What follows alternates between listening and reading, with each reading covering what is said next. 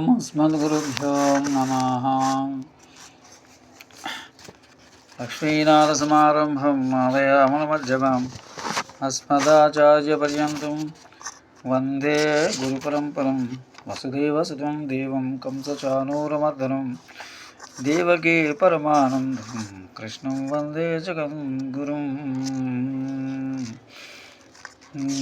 గురుం వందే జగద్గురుం. ఆపదామహతాతారం సర్వసంపదాం లోకాభిరామం శ్రీరామం భూయో భూయో నమామ్యహం.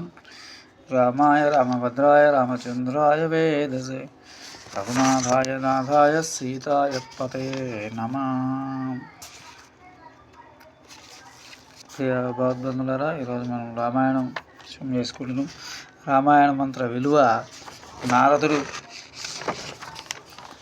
నారదో నాశయన్నేతి నృణామజ్ఞానజం తమః. జ్ఞానం అనే నరుల చీకటిని తొలగించేవాడు నారదుడు.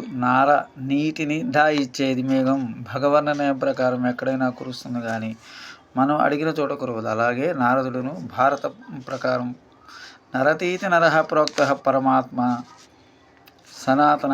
నారదుడు రామమంత్రాన్ని తిప్పుపదేశిస్తేనే దాన్ని మననం చేసిన వాల్మీకి ఇంతకాలం చిరస్థాయిగా ఉండగలిగారంటే సరిగా ఉపదేశం తీసుకొని సక్రమంగా మననం చేస్తే చెప్పాలా. మంత్రం అందరికీ ఇవ్వబడేది కాదు. రామనామానికి ఆ నియమం లేదు. పాత్ర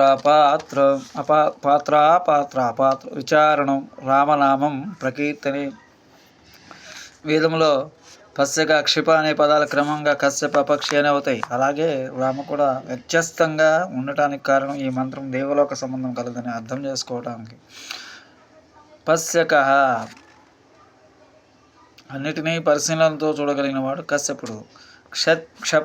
క్షిపతీతి అనే అర్థం పక్షి ఆకాశంలోని త్రోవను వెనుకకు చెమ్ముకుంటూ వెళుతూ ఉంటుంది కాబట్టి అవుతుంది. శ్రీరామ రామ రామేతి రమే రమే రమే రామే మనోరమే అనే సహస్రనామ తత్తుల్యము రామనామరణ శంకరుడు పార్వతితో అన్నాడు. రామ రామ రామ అంటే 1000 మార్లు రామరామ జపం చేసినట్లని. యా రాలావంలో రా రెండవ అక్షరం, పా భా భా మా లోని 5వ అక్షరం రామ 2 × 5 10.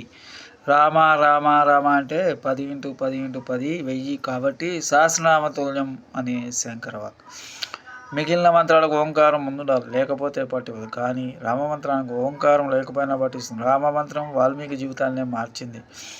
వాల్మీకి మహర్షి సాక్షిగా ఉన్న నమ్మకపోవడం దురదృష్టకరం. ఈ రామశబ్దానికి శ్రీ శబ్దం కలిస్తే, శ్రీ అంటే ఏంటి? శ్రీయతే భగవంతుని ఆశ్రయించుండేది. 2 శ్రేయతే భక్తులచే ఆశ్రయించబడేది. 3 శృణోతి దీనుల ఆలాపనను వినేది. 4 శ్రావయతే దీనుల బాధలను తాను విని ఆయనకు వినిపించేది. 5 శృణాతి పాపాలన్నీ నశింపజేసేది. 6 శ్రీనాథి ఆశ్రయించిన వారి కైంకర్యం కలిగించేదని శ్రీ శబ్దానికి అర్థాలు. దీనితో కలిపింది రామపదం.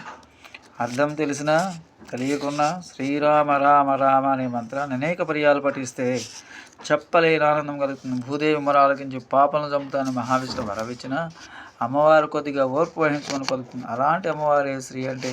అలాంటి శ్రీతో కూడిన రాముడు కార్యసాధకుడు. ఆ స్త్రీ లేకపోవడం బట్టే రాముడు అరణ్యంలో ఆమెకై దుఃఖిస్తూ విలిపించాడు కూడా.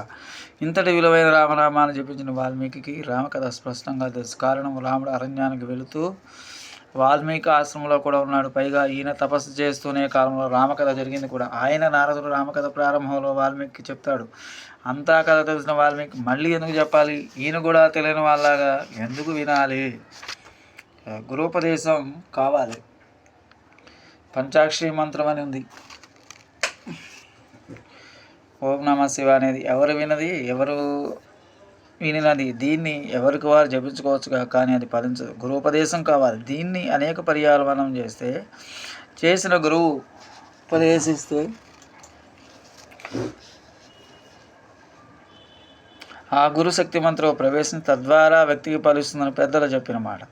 వాల్మీకి ఆ గురూపదేశం పొందాలి అని స్వయంగా తనకి రామకథ తెలిసినా గురువు కోసం ఎదురు చూస్తున్నాడు. ఉత్తమ శిష్యునికి చెప్పాలని, అది కూడా రామభక్తత్పరుడైన వానికే చెప్పాలని నారదుడు అనుకుంటూ తిరుగుతున్నాడు. ఈ ఇద్దరికి ఇక్కడ సమావేశమైంది. వాల్మీకి అడుగుతాడు భక్తో వాల్మీకి, నారదుడు ఉపదేశం చేస్తాడు. ఇక వాల్మీకి రామకథను ప్రపంచానికి చెప్పే అర్హత ప్రారంభమైనట్లే. ఈ అర్హతను పొందే సమయానికి రావణును వధించడము, పట్టాభిషేకం చేసుకోవడం అయిపోయింది. సుఖంగా రాజ్యపాలన చేస్తున్నాడు. ఒట్టి రాముడిగా వచ్చి వెళ్ళాడంటే అర్థం ఏముంటుంది? ఆయన వచ్చి వెళ్ళినట్లుగా భూ ప్రజలు గుర్తుండేందుకు శ్రీమద్ రామాయణ కథను రచింపజేసి భూలోకంలో ప్రచారంలో ఉంచాలని, దాని ద్వారా ధర్మం ప్రచారం కావాలని శ్రీ మహావిష్ణువు భావించి ఆ గ్రంథ రచనగా కొన్ని ఏర్పాట్లు చేశాడు. రామాయణ రచనకి శ్రీ మహావిష్ణువు చేసిన ఏర్పాట్లు ఏంటి? నిత్యము వేదాన్ని పఠించేవాడు బ్రహ్మ. వేదంలోని పరబ్రహ్మ స్వరూపం అంతా బ్రహ్మకి బాగా తెలుసు. ఆయన తప్ప అంత చక్కగా పరబ్రహ్మ స్వరూపాన్ని ఇంకా ఎవరు చెప్పలేరని ఆలోచించి చెప్పవలసిన వేదంలో పరబ్రహ్మ స్వరూపాన్ని చెప్పగలిగే బ్రహ్మ చేత చెప్పించవలసిన భూలోకంలో చెప్పించడానికి సనత్ కుమారుల వారి శాపం ప్రకారం ప్రాచేతనకు పుట్టబోయే ఋషికునిలో శ్రీ మహావిష్ణువు బ్రహ్మహంసను ప్రవేశపెట్టాడు. అందుచేత వాల్మీకి బ్రహ్మాంశ సంభూతుడు. ఆ వాల్మీకి మధ్య వద్దకు వెళ్ళి ఉపదేశం చేయవలసిందిగా బ్రహ్మ మానసపుత్రుడైన నారదుని శ్రీ మహావిష్ణువు పంపాడు. తాను స్వయంగా చేసిన రావణ వరకు ఉన్న విషయమంతా బ్రహ్మాంశ సంభూతుడైన వాల్మీకి తపస్సు చేసుకునే కాలంలో అనుగ్రహించి వాల్మీకి చూడని సంఘటనలు కూడా అర్థమయ్యేలా చేశాడు. ఇక రామకథ విన్న వాల్మీకి స్నానానికి బయలుదేరిపోతాడని తెలిసి అక్కడ కూడా రామాయణ గ్రంథారంభానికి కావాల్సిన ఏర్పాట్లు చేశాడు. తాను రావణవధను చేయగా రాక్షసుల్లో శంఖవర్ణుడని ఒక రాక్షసుడు పారిపోయి రావణ బాణాలు తప్పించుకొని క్రౌంచపక్ష రూపంలో ఉండి ఇంకా ఋషిబాధ చేస్తూనే ఉన్నాడు. వీడిని కూడా వధించాలని ఆలోచించి ఆ పురుష పక్షికై ఒక స్త్రీ కౌంచాన్ని ఒక చెట్టు మీద ఉంచాడు. తాను బోయేవానిగా నిలబడ్డాడు. తాను బాణంతో కొట్టిన వారి క్షణంలో ద్రవింపబోయే వాల్మీకి హృదయం నిండుగా కరుణరసం రాగానే వాల్మీకి నోటి శ్లోకం రావడానికి బ్రహ్మ భార్య సరస్వతిని సరిగా ఆ సమయం చూసి ప్రవేశించేలా చేయమని బ్రహ్మను ఆదేశించాడు. అత సరస్వతిం తంతు పేరయాస్యాననం ప్రతి గాయత్రి మంత్రానికి ఉన్న బీజాక్షరాలు 24ని ప్రతి 1000 శ్లోకాలకు ఒక్కొక్క అక్షరం చొప్పున ఉంచుతూ వాల్మీకి 24,000 శ్లోకాలతో రామకథను రాసేందుకు వీలుగా గాయత్రీదేవిని పిలిచి ప్రతి 1000 శ్లోకాల మొదటి అక్షరము నీ బీజాక్షరం ఉండే ఏర్పాటు నీవు చూసుకోవాల్సిన అని ఆదేశించాడు. ఆమె కూడా అంగీకరించింది. ప్రవిష్టాస్యాంచతే కాలే ప్రతి శ్లోక శాస్త్రకం నిర్విఘ్నంగా రాయపడే రామకథను లోకంలో ప్రచారం చేయటానికి తన పుత్రులు లవకుశుల మనస్సులో భావించాడు. ఇన్ని ఏర్పాట్లు కట్టుదిట్టంగా చేసుకున్న మీదట కార్యనిర్వహణ మొదటి పని నారదుడిని వాల్మీకి వద్దకు పంపాడు. నారదుడు కూడా విష్ణుమాజ్ఞేయుగా ఆ మీదట బ్రహ్మ తనను పంపగా వచ్చిన వాడే కాబట్టి మంత్రోపదేశం సహజంగా చూడవలసిన అర్హతను పరీక్ష వాల్మీకి విషయంలో నారదునికి చేయలేదు. విష్ణు బ్రహ్మాదులు నిర్ణయించబడ్డాక తానెంత అలా ఆజ్ఞ నెరవేర్చడానికి నారదుడు వాల్మీకి వద్దకు వచ్చాడు. మంగళాశాసన పరమదాచార్య పురోగమై సర్వైస్య పూర్వైరా సత్కృపాయాస్తు మంగళం. మంగళాశాసన పరమదాచార్య సర్వైస్య పూర్వైరాచార్య సత్కృపాయాస్తు మంగళం. సర్వం శ్రీకృష్ణార్పణమస్తు. ఓం స్వస్తి. జై శ్రీరామ్.